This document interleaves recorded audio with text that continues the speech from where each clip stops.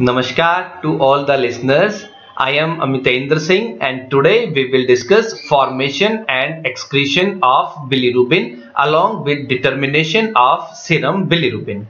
तो आज के हमारे डिस्कशन का टॉपिक रहेगा formation of bilirubin, excretion of bilirubin and determination of bilirubin. Bilirubin होता क्या है? बिलिरुबिन एक येलो कलर का बाइल पिगमेंट है जो कि बिलीवर्डिन के रिडक्शन से बनता है। Bilirubin is a yellow coloured bile pigment formed by the reduction of biliverdin. ये जो बिलीवर्डिन है ये ग्रीन कलर का कंपाउंड होता है। जो ये बिलिरुबिन बना बिलीवर्डिन के रिडक्शन से, इसको अनकंजुगेटेड बिलिरुबिन भी कहते हैं या इनडायरेक्ट बिलिरुबिन भी कहते हैं। नॉर्मल वैल्यूज या रेफरेंस रेंज की यदि हम बात करें तो टोटल बिलिरुबिन जो होता है वो डायरेक्ट बिलिरुबिन और इनडायरेक्ट बिलिरुबिन का सम होता है। तो टोटल बिलिरुबिन की रेंज अप टू 1 mg/dl होती है। डायरेक्ट बिलिरुबिन भी लगभग 0.5 mg/dl तक होता है और इनडायरेक्ट बिलिरुबिन भी लगभग 0.5 mg/dl तक होता है। Formation and excretion of bilirubin. RBCs red blood cells जो होते हैं जिनका लाइफ स्पेन 120 डेज होता है, 120 डेज के बाद ये रेटिकुलो एंडोथेलियल सिस्टम में डिस्ट्रैक्ट हो जाते हैं। तो इनका जो डिस्ट्रिक्शन है वो हीमोग्लोबिन को रिलीज करता है। जब हीमोग्लोबिन रिलीज होता है तो हीम और ग्लोबुलिन सेपरेट हो जाते हैं और जो नॉन आयरन रेजिड्यू है उससे बिलीवर्डिन बनता है। तो बिलीवर्डिन कैसे बना? Non iron residue of haemoglobin से बिलीवर्डिन बना। कैसे कलर का हुआ? ग्रीन कलर का। So biliverdin is a green coloured compound which is formed by the non iron residue of haemoglobin. जब ये बिलीवर्डिन का रिडक्शन होता है तो बिलिरुबिन बनता है। ये जो बिलिरुबिन बनता है ये येलो कलर का होता है। इसको इनडायरेक्ट बिलिरुबिन भी कहते हैं, अनकंजुगेटेड बिलिरुबिन भी कहते हैं या इनसोल्यूबल बिलिरुबिन भी कहते हैं। क्यों? क्योंकि ये वाटर में इनसोल्यूबल होता है। तो bilirubin is a yellow coloured compound which is formed by the reduction of green coloured biliverdin. अब ये इनडायरेक्ट बिलिरुबिन प्लाज्मा में एल्बुमिन के साथ बाउंड करेगा और लीवर में पहुंच जाएगा। लीवर में ग्लूकुरोनिक एसिड के साथ कंजुगेशन के बाद डायरेक्ट बिलिरुबिन बनता है। So direct bilirubin is formed by the conjugation of glucuronic acid with indirect bilirubin in liver. ये जो डायरेक्ट बिलिरुबिन बना इसको कंजुगेटेड बिलिरुबिन भी कहते हैं या सोल्यूबल बिलिरुबिन भी कहते हैं। क्यों? क्योंकि ये वाटर में सोल्यूबल होता है। ये लीवर सिक्रीशन बाइल डक्ट के माध्यम से बाहर और लार्ज इंटेस्टाइन में पहुंचती है। लार्ज इंटेस्टाइन में बैक्टीरियल एक्शन के द्वारा जो डायरेक्ट बिलिरुबिन है वो यूरोबिलिनोजन में कन्वर्ट हो जाता है।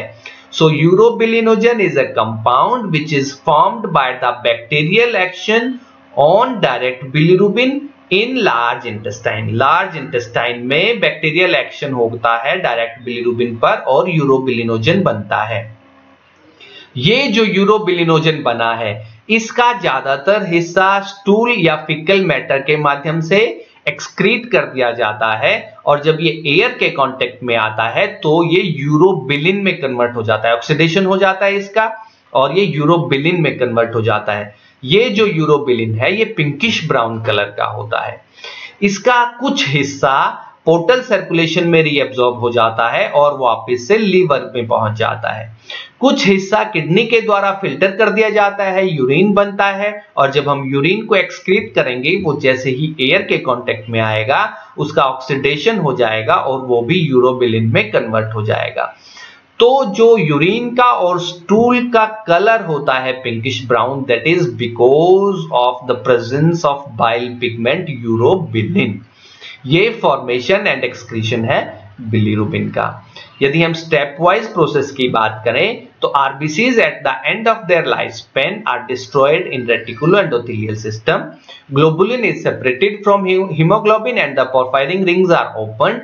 The released iron part may enter the iron stores or may be used for further hemoglobin synthesis.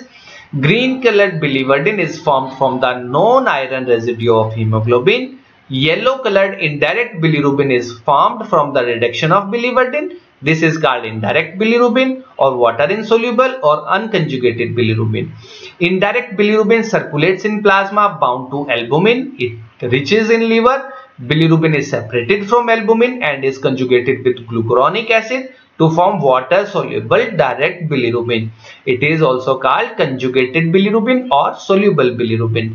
Direct bilirubin passes through the bile duct to the intestine. In the large intestine, it is reduced to urobilinogen by the bacterial action.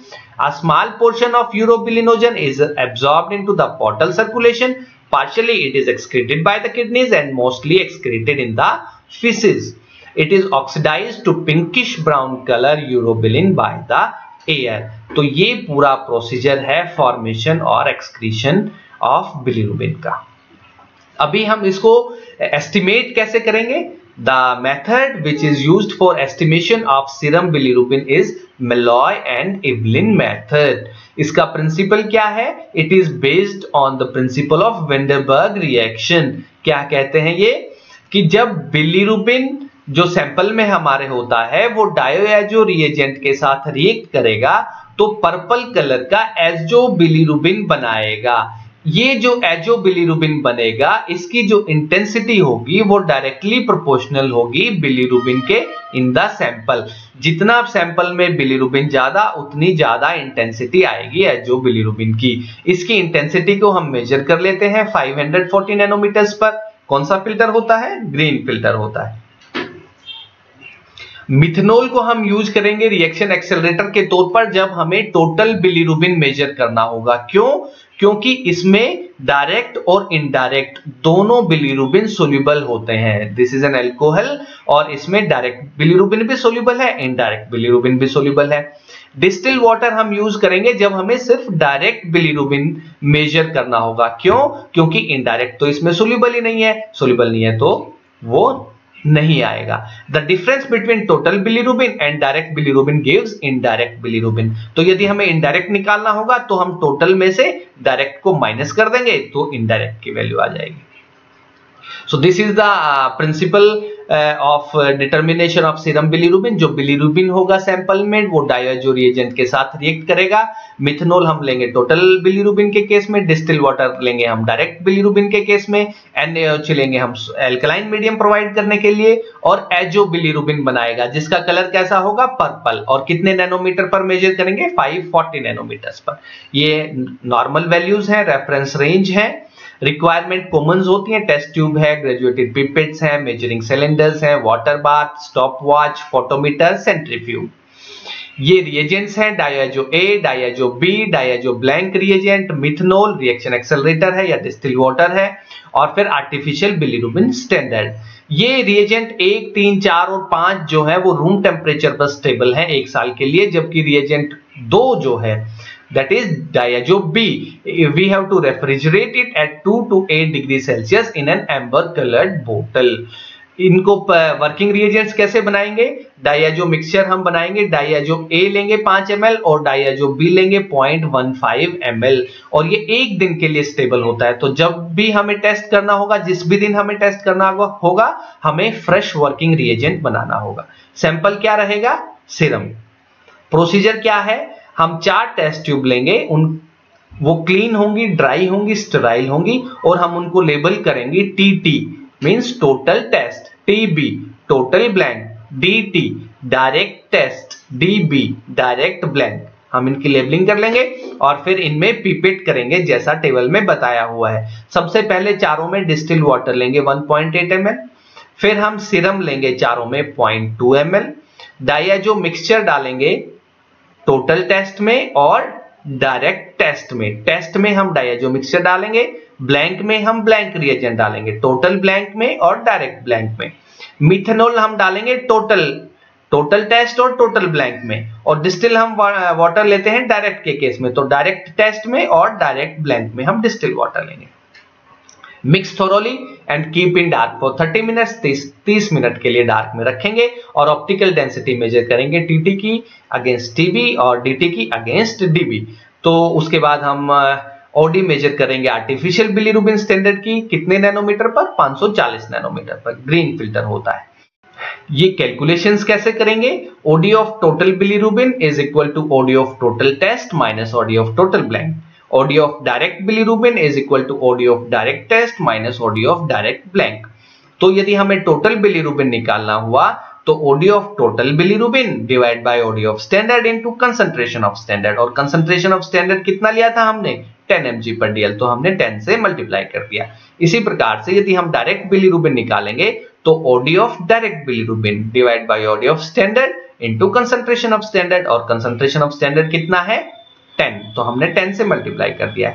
Indirect bilirubin निकालना हुआ तो total bilirubin में से direct bilirubin को हम minus कर देंगे।